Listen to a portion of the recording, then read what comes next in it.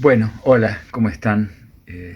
Les doy la bienvenida a esta cursada que indudablemente, teniendo en cuenta todo lo que estamos viviendo, implica para todos y todas, para ustedes y para mí, un nuevo desafío. ¿Sí? Recordaba una famosa frase de uno de los grandes pedagogos latinoamericanos, Simón Rodríguez, quien fuera maestro de Simón Bolívar, entre otras cosas, que tenía una frase que decía algo así como o inventamos o erramos, ¿no? Y estos tiempos nos obligan a extremar esta capacidad de invención, de inventarnos de nuevo, de buscar nuevas trazas, nuevas huellas, ¿sí? Entendiendo esto de inventar no como una creación de la nada, una creación ex nihilo, sino como un reorganizar eh, los saberes, las experiencias que tenemos para adaptarnos a estos nuevos tiempos y ver de qué manera podemos inventar nuevas formas de enseñanza y de aprendizaje que estos tiempos y estas coyunturas históricas nos demandan, ¿no? Eh, Creo que es importante que quede claro que cuando hablamos de invención no estamos pensando en empezar desde cero, está claro eso. Quienes abrevamos en las perspectivas sociohistóricas tenemos claro que no hay un origen de la nada, sino que siempre se está tomando los viejos saberes, las viejas experiencias, y lo que se trata es de reorganizarlos, de reformularlos, de volverlos a armar, de construirlos para volver a construir algo nuevo. De eso se trata. Recordaba una canción, una letra de Silvio Rodríguez que dice: el sueño se hace a mano y sin permiso, arando la verdad con viejos fuelles. Y de eso se trata, y eso vamos a intentar. Y para comenzar a manera de introducción, a manera introductoria, quisiera comenzar con algunos aspectos contextuales que nos sirvan como marco de comprensión de algunas cosas que yo quisiera que pasaran durante la cursada, en función de lo que yo creo que es la pedagogía, que es el enseñar, que es el aprender, de lo que debe ser una universidad, y de los derechos y obligaciones que nos corresponden de acuerdo al rol que nos competa. O sea, algún tipo de discurso, si se quiere, normativo, que tiene que ver con el deber ser de cada uno y cada una.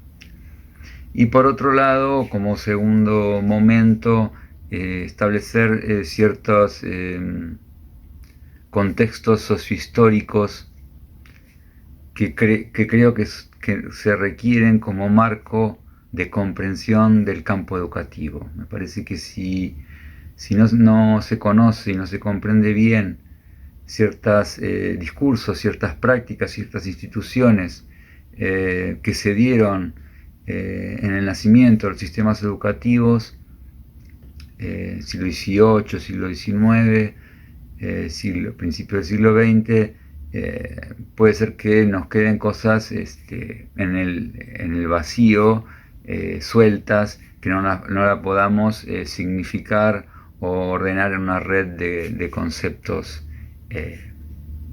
integrales, articulados, ¿sí? Entonces, en principio, este primer aspecto, más del orden de lo normativo, para ello me voy a valer de un libro de un autor catalán que se llama Jorge La Rosa, un libro que se llama P de Profesor, un libro editado acá en la Argentina por Noveduc, que me resulta muy interesante, el autor y el libro, el autor en general y el libro en particular, y que por supuesto, bueno, hablando esto de lo normativo, creo que una de las funciones de todo docente, de todo profesor, debe ser el ser orientador de buenos textos, ¿no? Y divulgador de textos que uno promocione para su lectura. Y en la primera parte que les voy a leer, lo que La Rosa trata de distinguir es entre lo que es un alumno y lo que es un estudiante, y problematizar estas diferencias, ¿no es cierto? Entonces vamos a leer un poquito textualmente. Dice así: diré para empezar que los jóvenes se convierten en alumnos en el momento en que se inscriben en la universidad. La condición de alumnos es, digamos, una condición puramente administrativa. Y se constituyen en alumnos también en el momento en que atraviesan la puerta de la sala de aula y ocupan su lugar. La condición de alumno es una condición administrativa y, digamos, posicional. Como también es administrativa y posicional, al menos en primera instancia, la condición del profesor. Pero, dice, la obligación del profesor es convertir a los alumnos en estudiantes, es decir, hacerles pasar de la condición institucional y posicional de alumnos a la condición existencial y pedagógica de estudiantes. El profesor universitario trata con jóvenes, claro, trata con alumnos, desde luego, pero su deber, me parece, es tratar a los jóvenes y a los alumnos como estudiantes. Es posible que aún no lo sean, es posible que no lleguen a serlo, pero hay algo importante que depende de ese como sí, de ese tratar con ellos como si fueran estudiantes. A mí me parece interesante distinguir estas dos características. Y dice, en un tono crítico, dice esto: a los alumnos, en tanto que alumnos, o sea, en tanto que persona que está en la universidad en condición administrativa, digamos, meramente administrativa, les importa la nota, el final, no el curso, sino el haber cursado. Los alumnos, repito, en tanto que alumnos, se toman la materia como un trabajo en el que hay que cumplir obedientemente, o como un trámite que hay que efectuar adecuadamente, o aún peor, como una carga de la que hay que aliviarse, como un peso del que hay que descargarse, eso sí, con los mínimos costos de esfuerzo y con el máximo beneficio de calificación. Hoy en día, además, los alumnos se comportan muchas veces como clientes, en tanto que han sido convenientemente clientizados, que exigen por lo que han pagado y que, como en un shopping, entienden que todo el personal está a su servicio, que está ahí para hacerles la vida más fácil, para cumplir con sus expectativas. Acá me parece interesante y valioso razonar y pensar sobre esto, ¿sí? Hay un sociólogo francés, Pierre Bourdieu, que distingue tres tipos de capital en todo espacio social: el capital social, el capital económico y el capital cultural, además del capital simbólico del cual nos vamos a meter. En cada uno de esos capitales se juegan distintos intereses, y a veces pareciera que en esta suerte de mercantilización del espacio social en su plenitud, todo pasa a ser una mercancía. Un título, un certificado, un examen, uno mismo pasa a ser una mercancía más. Y lo cierto es que el capital cultural se rige por otras lógicas, o debiera regirse por otras lógicas, que tienen que ver con otros valores distintos al de tener o no tener algo, un objeto en sí, sino que portar un saber implica otras cuestiones diferentes, de otra complejidad, y que es necesario saber distinguir.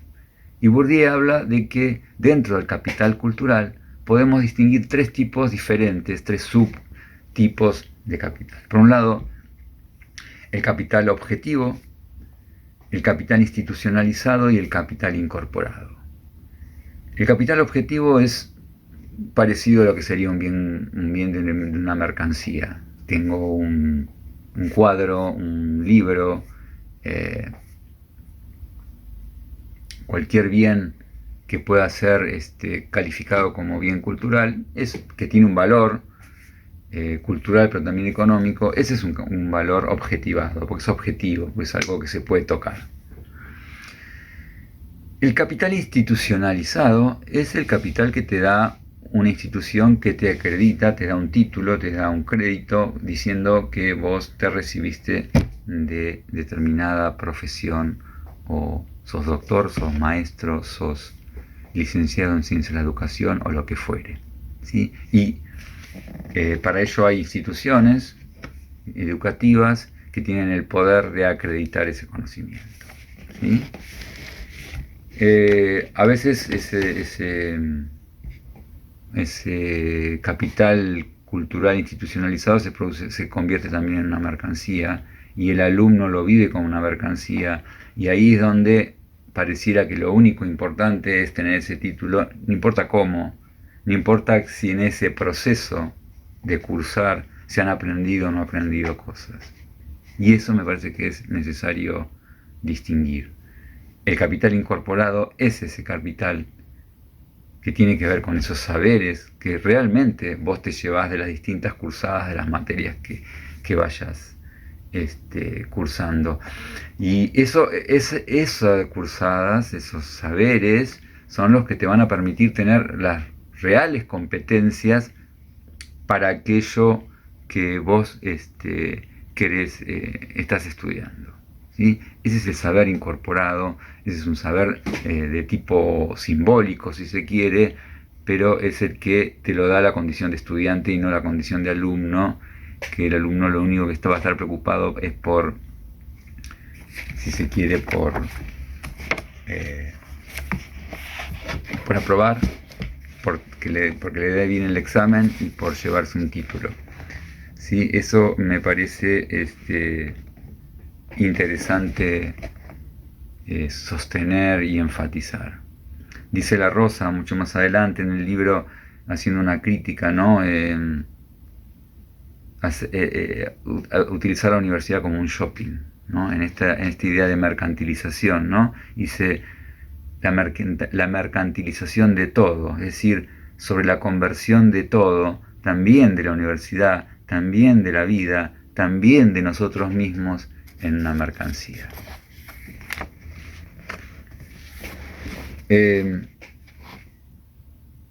Creo que esto, lo que estoy tratando de hacer es trazar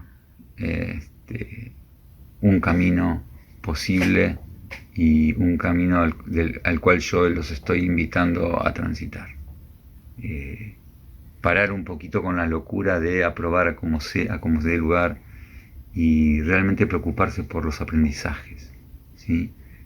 De parte del profesor que está tratando de dar la materia en este caso, y de parte de ustedes. Hacer ese esfuerzo de que realmente la cursada sea un espacio de aprendizajes ricos, de experiencias, de que se puedan llevar, además del capital cultural institucionalizado que va a decir aprobaron la materia, también una serie de herramientas simbólicas que les permitan acreditar saberes reales y genuinos. Y por último, para cerrar, algunos de los párrafos de este libro que yo recorté porque me parecieron interesantes, un poco lo que tiene que ver con el estudio, con el cursar. Dice esto La Rosa: en mis cursos, estudiar es leer 2 veces, leer atentamente, dar cuenta y darse cuenta de lo que se ha leído, subrayar textos, justificar los subrayados, entrar en conversación con otros lectores, ese tipo de cosas. Lo que mis alumnos podrían decir es: ya he hecho lo que el profesor me ha pedido que haga. Estudiar es hacer cosas con el texto, y todas ellas tienen que ver, me parece, con practicar el pensamiento, con ejercitarse en el pensamiento. Pero eso en mis clases solo puede hacerse en relación a un texto, a una materialidad textual. De ahí lo de materia de estudio. Acá me parece lo que está tratando de enfatizar es esto. Estudiar, cursar, tiene que ver que trabajar con textos y no una simple leída como puede ser cuando uno lee una novela, lee un diario, lee una revista. Trabajar con los textos es una cosa mucho más compleja, es tomarlo, subrayarlo, anotar cosas que nos parecen interesantes, cuestionarle cosas, preguntarle cosas, criticarle cosas, cuando uno tiene dudas, anotarlas para volcarlas en la cursada, quedarse pensando en el texto, en lo que uno ha leído, no leerlo y ya está, me voy y hago otra cosa, no, yo tengo que seguir, eso es trabajar el texto, internarse en el texto. La experiencia de estos últimos años me dice que ahí tenemos algunas dificultades para entender esto. Lo que quiere decir el estudio, ¿no? Esta disciplina, esta actitud que requiere el trabajo fuerte y repetido sobre los textos, ¿sí? Y al decir repetido no quiero decir repetido en términos mecánicos, ¿sí? No es una repetición mecánica, sino es una repetición que vuelve para volver a pensar, para volver a hacerse preguntas, para volver a interpelar. Eso va a propiciar un genuino aprendizaje. Y ahí las carreras, una carrera de velocidad en estos términos no va a permitir acreditar conocimientos genuinos. Y siguiendo con esto del concepto de repetición y lo que queremos decir con esto, la Rosa dice, lo que pasa es que la repetición es percibida como una cierta violencia, como un cierto castigo, acostumbrados como están a ir de una cosa a otra, a la novedad permanente, a entender la lectura como información, como contenido o como pretexto para la opinión, para el juicio, a entender la escritura como redacción de textos de trámite, de usar y tirar. En la lectura la repetición supone humildad, concentración, respeto, atención a la literalidad del texto, amor a los detalles y el reconocimiento de una cierta autoridad del texto. La repetición tiene algo de meditación, de esa meleté que era fundamental en la ejercitación antigua. Y el estudio implica repetición. La repetición es constitutiva del estudio. El estudiante o el estudioso, a diferencia del mero lector, repite. Yo suelo hacer una metáfora con el tema de cuando uno entra a una habitación a oscuras y como al principio no distingue nada y lentamente los ojos se van adaptando a esa luz y va a empezar a ver ciertas cosas que antes no veía, vas a empezar a distinguir de las sombras, objetos. Esto me parece que tiene que ver con esto, con la lectura o escuchar una melodía, una canción, y a medida que la volvemos a escuchar empezamos a distinguir y a disfrutar de cosas que no habíamos notado en una primera oportunidad. Volver a caminar la misma senda otra vez, a revisitar las mismas huellas, nos va a permitir apropiarnos cada vez más fuertemente de los textos, ¿sí? Con las lecturas pasa lo mismo, por eso este énfasis en la posibilidad la repetición. Por eso lo importante del subrayado, de la nota al costado del texto, del cuaderno de notas que me permite revisitarlo y replantear de nuevo. Todas estas cosas me parece que hacen a la labor, al oficio del estudiante. Bueno, y continuando con este rodeo del campo que nos compete a nosotros y sobre el cual vamos a trabajar profundamente durante este periodo, creemos que es importante plantear una serie de factores o aspectos contextuales, sociohistóricos, que de alguna manera explican el campo educativo, su surgimiento, sus lógicas, ¿sí? Como el contexto hace a la realidad de los determinados campos que existen o se producen o se generan durante cierta época histórica, ¿no? Como diría Ortega y Gasset, el campo educativo es el campo y sus circunstancias, ¿no? Y en ese sentido, todo campo, y en este caso el campo educativo, si bien, como señala Bourdieu, tiene una cierta autonomía con el contexto, tiene ciertas reglas de funcionamiento, estructuras, agentes que son propios y que lo hacen, le otorgan su singularidad. Está claro que el contexto al cual está rodeado influye y de alguna manera lo determina y lo conforma. Y en ese sentido nosotros creemos que hay tres corrientes de pensamiento, tres paradigmas que es importante analizar, aunque sea brevemente, antes de internarnos en la singularidad del campo educativo. Cuando digo paradigma estoy planteándolo en los términos kuhnianos, en el sentido de pensar, Thomas Kuhn, que habla de paradigma como una especie de matrix, de superestructura que performa la manera de mirar, la manera de concebir, la disposición que uno tiene frente a determinada realidad. De alguna manera un paradigma es una especie de anteojo que me hace ver de distinta manera, de una determinada manera, ¿sí? Yo miro a través de esos anteojos, de los anteojos que me plantea el paradigma. Son sistemas de pensamiento, diría Foucault, que son de alguna manera performativos. Performativo quiere decir que me condiciona la manera de mirar.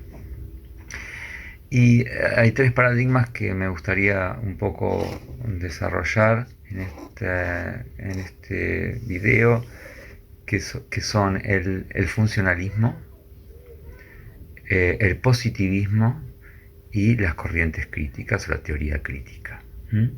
Me parece que pensar un poco y charlar un poco sobre estos tres paradigmas nos permite comprender más el nacimiento del sistema educativo como tal, como lo conocemos, que tiene que ver con el siglo XIX, sobre todo al fin del siglo XIX, con la conformación de los estados nacionales, ¿sí?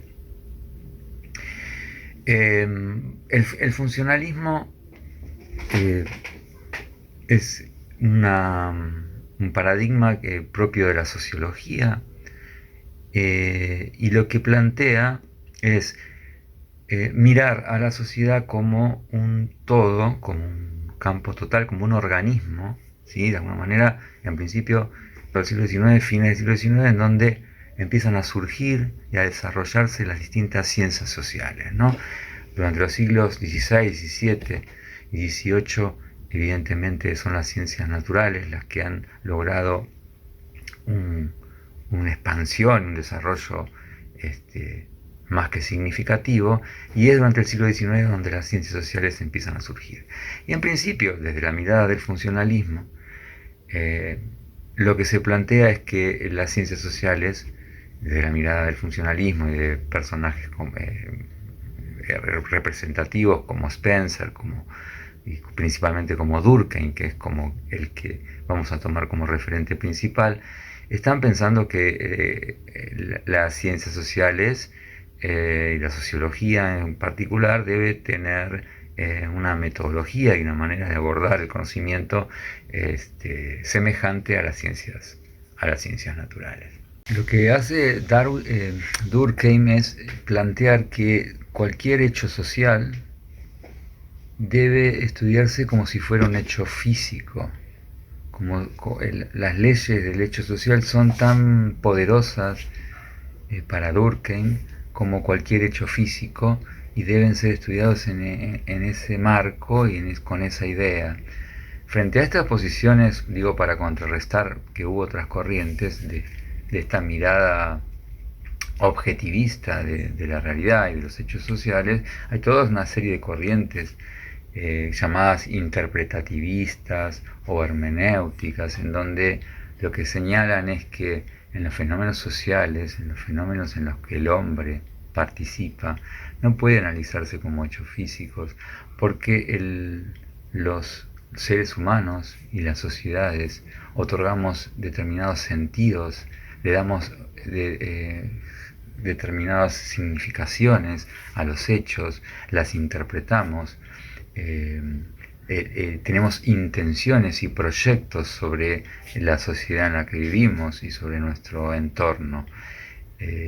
No puede analizarse para estas corrientes hermenéuticas un hecho social como un hecho de la fisiología o de la física o de la astronomía. Cuando aparece el hombre y sus sociedades, sus instituciones, es necesario abordarlo del conocimiento de otra manera. El funcionalismo, en cambio, sostiene que el hecho social tiene un poder absolutamente coercitivo sobre la realidad, al igual que cualquier ley newtoniana, por ejemplo. Estamos hablando va a haber otra serie de pensadores que van a decir, bueno, en realidad las ciencias humanas, en la medida que el hombre, en la medida que las sociedades tienen intencionalidades, tienen determinadas características que lo hacen particulares, debería tener una forma de abordar el conocimiento, una metodología diferente. Pero claramente la sociología, desde el punto de vista del funcionalismo y todas las corrientes funcionalistas, plantean, bueno, tenemos que tomar a la sociedad como si fuera un organismo vivo que tiene un funcionamiento, una manera de funcionar que tiende al equilibrio, ¿sí? Acá donde es importante, como toda corriente de pensamiento, también es hija de su época, de las circunstancias socioeconómicas, ¿sí? Acá piensen que estamos en el momento de la hegemonía, el logro de la hegemonía de la burguesía, ¿sí? Luego de todo un periodo donde pervivía esta suerte de clase noble o de la aristocracia que tenía derechos nada más por su nacimiento, por su sangre, empieza a aparecer esta clase social en todo este periodo de revolución industrial y desarrollo del capitalismo, en el que a fines del siglo XIX la burguesía se erige como la clase dominante, ¿sí? Y con la burguesía se desarrollan toda una serie de concepciones diferentes a las propias del mundo feudal y del mundo de la nobleza, ¿no? Acá no se trata del derecho de sangre, del derecho sanguíneo, de castas que permanecen y no se puede cambiar una realidad. Si naciste si naciste esclavo en la antigüedad, no tenías posibilidades de dejar de serlo, y si eras parte de la aristocracia, bueno, tenías ciertos derechos y prerrogativas particulares que tampoco las perdías. Acá el discurso, por lo menos el discurso de la burguesía es, bueno, todos tenemos el mismo derecho. Acá lo que se impone es la igualdad de oportunidades. Acá lo que se impone es la meritocracia. Quien se esfuerza más va a obtener mejores resultados en su vida. Y en ese planteo la educación pasa a ser, pasa a cobrar una importancia fundamental. Ahora bien, una vez obtenido el triunfo la burguesía que seguramente, como dijo Marx, fue la clase más revolucionaria de la historia, o sea, cambiar esa vida de la nobleza, de la monarquía, esa idea de soberanos y súbditos, como un estadio absolutamente congelado y que no se podía cambiar. Aparece esta idea de la movilidad social, de la posibilidad a través de tu esfuerzo de desarrollarte de otra manera, pero está claro que desde el discurso podría ser así, pero desde la realidad, bueno, quien se erigía como, y esto lo va a denunciar claramente Marx, ¿no? como capitalista, el que tenía el capital, era el que iba a acumular más riqueza, y el proletario iba siempre a estar en una situación de vulnerabilidad y de pocas oportunidades de cambiar esa realidad. Entonces, el burgués, como una vez que ha hecho la revolución y ha logrado elegirse él como el actor principal, se vuelve conservador. Una vez que está en el poder económico, el poder de los gobiernos, el poder estatal, quiere que eso quede para siempre así. Quiere congelar la historia, ¿no? No hace mucho un intelectual orgánico del neoliberalismo hablaba del Fukuyama, por ahí lo escucharon, hablaba del fin de la historia, porque representa a esa clase social que pretende que esto que continúa siempre así, este orden siempre así, que continúe siempre así. Y entonces el funcionalismo hay que leerlo, me parece a mí, en esta clave, ¿no? En una idea de orden. Hay que mantener un determinado orden, una determinada armonía en la sociedad, y cualquier funcionamiento que rompa con esa armonía es disfuncional. Y todo movimiento, acción que colabore con el funcionamiento equilibrado, homeostático de ese órgano vivo que es la sociedad, es funcional. Y lo que hay que tratar es de mantener esa funcionalidad y ese funcionamiento equilibrado, ordenado, y que el progreso se produzca como una especie de evolución natural de ese organismo. Es interesante, por ejemplo, una distinción que hace Durkheim. Habla de que los pueblos primitivos accionan en función de una solidaridad, la que llama solidaridad mecánica. Es decir, una solidaridad que en la medida que las sociedades primitivas, las tribus, tienden a tener una relación muy fraterna, de mucha cercanía, de poca distinción entre uno y otro, con los mismos conocimientos mayores o menores de cada uno, hace que la solidaridad se dé de una manera mecánica, natural. En cambio, en las sociedades más complejas, en las sociedades modernas, se debe desarrollar una solidaridad que llama orgánica, es decir, que de acuerdo a la función o al espacio que vos estás ocupando dentro de la sociedad, tenés que ser solidario en función de eso. Lo que es bastante significativo, ¿no? O sea, si vos te tocó en la vida ser obrero, tenés que tener en la sociedad una actitud de solidaridad y de aceptación de ese rol que te toca cumplir. Son teorías del orden, como se suele decir, ¿no?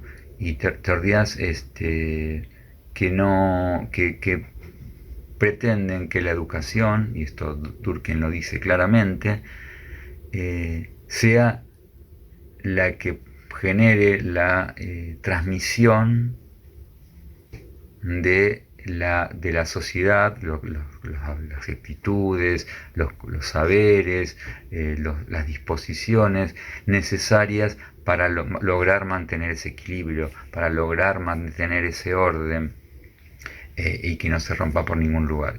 Y en ese sentido, la labor de la escuela y la labor del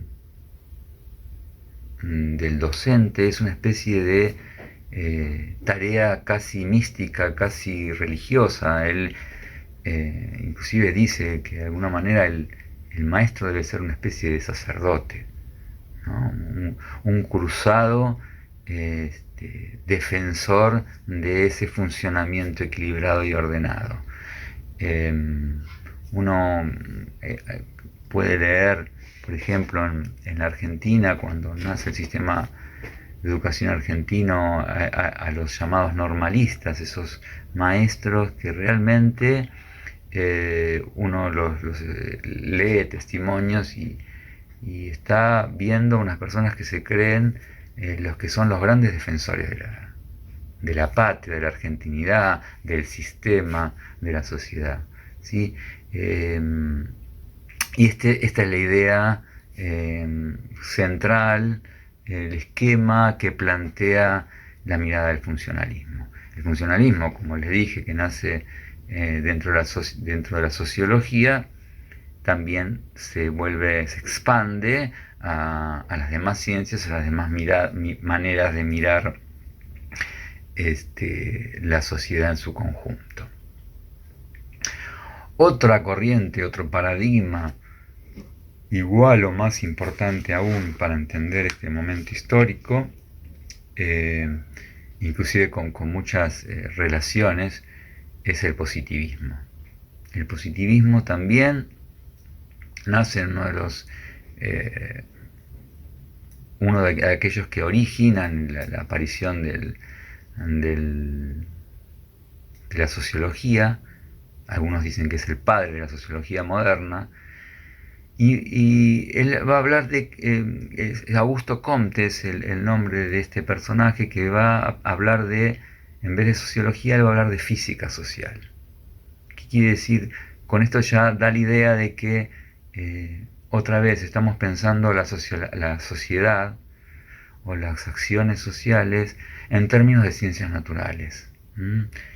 Como objeto, como cualquier objeto de la realidad exterior natural, podemos estudiar las ciencias sociales. Y hay que estudiarlas experimentalmente, científicamente, empíricamente. Y la ciencia se erige como, las ciencias positivas se erigen como la gran sabiduría y la única sabiduría que debe imponerse como el verdadero saber. Hay una mirada claramente europeizante, o sea, el modelo de orden y progreso debe llevar al modelo que está mostrando el europeo, blanco, hombre, que marca la línea de desarrollo que toda sociedad debe llevar. Hay una mirada lineal de la sociedad, o sea, no es que nosotros podemos, el positivismo no puede plantear de ninguna manera que hay distintas culturas que tienen distintas maneras de desarrollarse, de mirar la realidad, sino que la única que vale es la científica, ¿sí? Que si una sociedad tiene otras maneras de desarrollar su sociedad y su cultura, en realidad están atrasadas, son subdesarrolladas, ¿sí?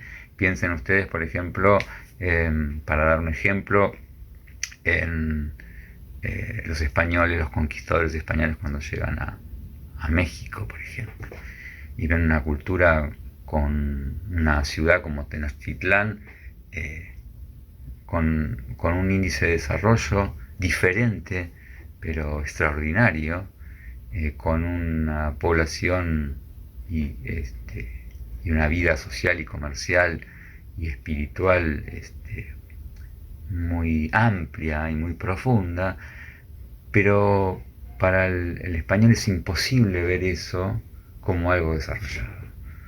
¿Sí? La religión es pura superchería, es pura superstición, los conocimientos no son conocimientos válidos. Un poco, si bien estamos hablando de muchos siglos antes, hay esta idea de que lo otro no es un conocimiento valedero. Y en el positivismo esto está claro. No hay otro conocimiento que el conocimiento científico. ¿Y qué conocimiento científico? El conocimiento de las ciencias naturales. Ese conocimiento basado en la observación, en lo que se muestra, en lo que se puede ver, en aquello que se puede experimentar. La educación, el sistema educativo tiene mucho que ver con esto, sobre todo en sus inicios. Comte habla de etapas. Piensen que estamos hablando también, ¿no? Fin del siglo XIX, Darwin, el evolucionismo, va a desarrollar toda una línea de darwinismo, lo que se llama un darwinismo social, lo que Darwin analiza en términos de especies y evolución de las especies, se termina trasladando al mundo de las sociedades y de las culturas de una manera bastante, yo diría, arbitraria, ¿no? Pero esta mirada lineal que genera Darwin en cuanto a la evolución de las especies, Comte lo toma también y hace como una mirada evolutiva de las sociedades y las culturas y dice que hay un primer periodo al que lo va a llamar el periodo mitológico o el periodo teológico, en donde prima el pensamiento mágico, la fantasía, el animismo, el pensamiento de fenómenos sobrenaturales, ¿no es cierto? Y luego se pasa a un segundo momento, que es un momento, él llama la etapa metafísica de las sociedades, una etapa en donde los fenómenos son producto de fuerzas abstractas, de cuestiones o factores que no pueden medirse en términos experimentales y observables.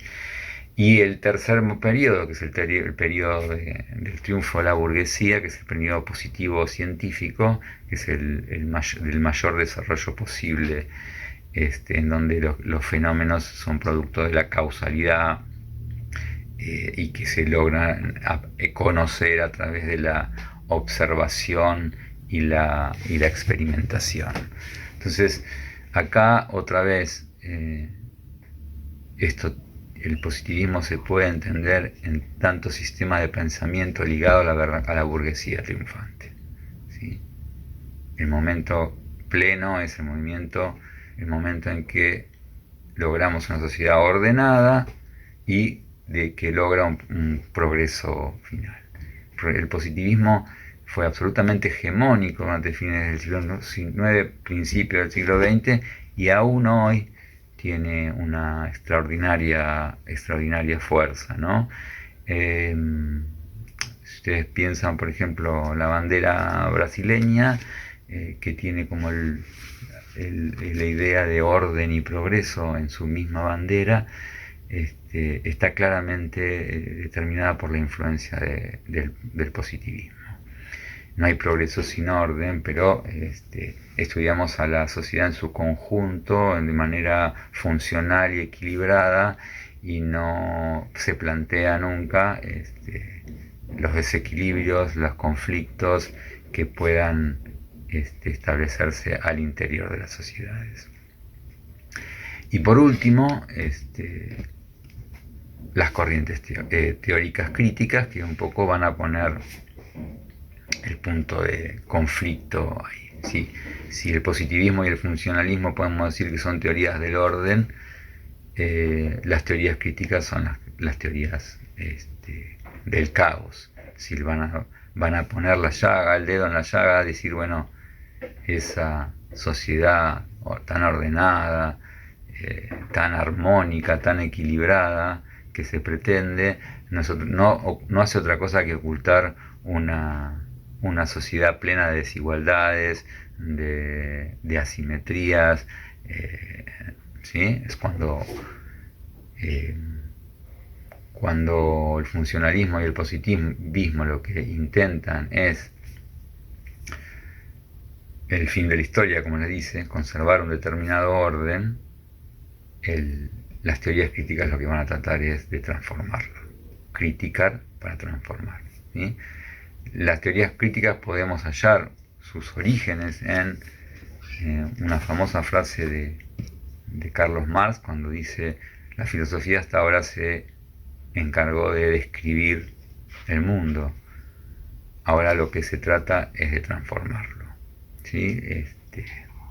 Hacia la primera mitad del siglo XX aparece lo que se llama la Escuela de Frankfurt. La Escuela de Frankfurt está una serie de filósofos y científicos de la Universidad de Frankfurt que comienzan a trabajar con las ideas de Marx, de Freud, de Heidegger, en el cual empiezan a hacer una mirada crítica de estas miradas positivistas, de estas miradas funcionalistas, y decir, bueno, lo que hay acá es desigualdad, lo que hay acá hay una industria de masas que está alienada, el proletario trabaja sin darse cuenta que está siendo explotado, por eso esta idea de irracionalidad, de opresión y de búsqueda de una racionalidad más humana, más igualitaria, más emancipatoria, ¿sí? Entonces aquí las miradas, las teorías críticas empiezan a decir, bueno, en realidad lo que hace la escuela es estar, en vez de ser una máquina que ayuda al progreso del hombre y a la superación del hombre, lo que está haciendo es reproducir un orden injusto. Se reproduce un orden, pero un orden que está ocultando las tensiones, los conflictos que al interior de ese organismo que no miraba por adentro el funcionalismo o el positivismo, está haciendo esta denuncia. Y lo que plantea las teorías críticas de alguna manera es la posibilidad de que a través de la educación y a través de otros mecanismos se logren procesos sociales crecientemente emancipatorios, crecientemente igualitarios, ¿no? Ustedes piensen que la mayoría de los pensadores de las corrientes críticas, la teoría crítica de la Escuela de Frankfurt eran alemanes, la mayoría ha vivido en los periodos de guerras, la Primera y Segunda Guerra, la mayoría o todos prácticamente han tenido que exiliarse, huir de Alemania, algunos alguno como Walter Benjamin termina suicidándose al no poder escaparse, pero está claro que han visto que esa modernidad que planteaba una idea de desarrollo y progreso pleno y lineal de la humanidad se está cayendo a pedazos, y que esa racionalidad positivista que fundamentan es una mera racionalidad instrumental, no es una racionalidad en términos integrales del ser humano, sino que es una racionalidad tecnológica, instrumental, que ha seguido un proceso civilizatorio muy fuerte, un gran desarrollo tecnológico, pero eso no ha ido acompañado con otros desarrollos en cuanto a lo que hace a lo sociohumano, a lo humanístico. Entonces ahí hay una fuerte crítica a esta alienación, a esta explotación de las sociedades. Entonces ahí se plantea, bueno, cómo la educación ha contribuido con ese orden injusto y de qué manera se puede pensar una educación emancipatoria o una educación que ayude a mayores grados de emancipación, de autonomía, de igualdad en las sociedades.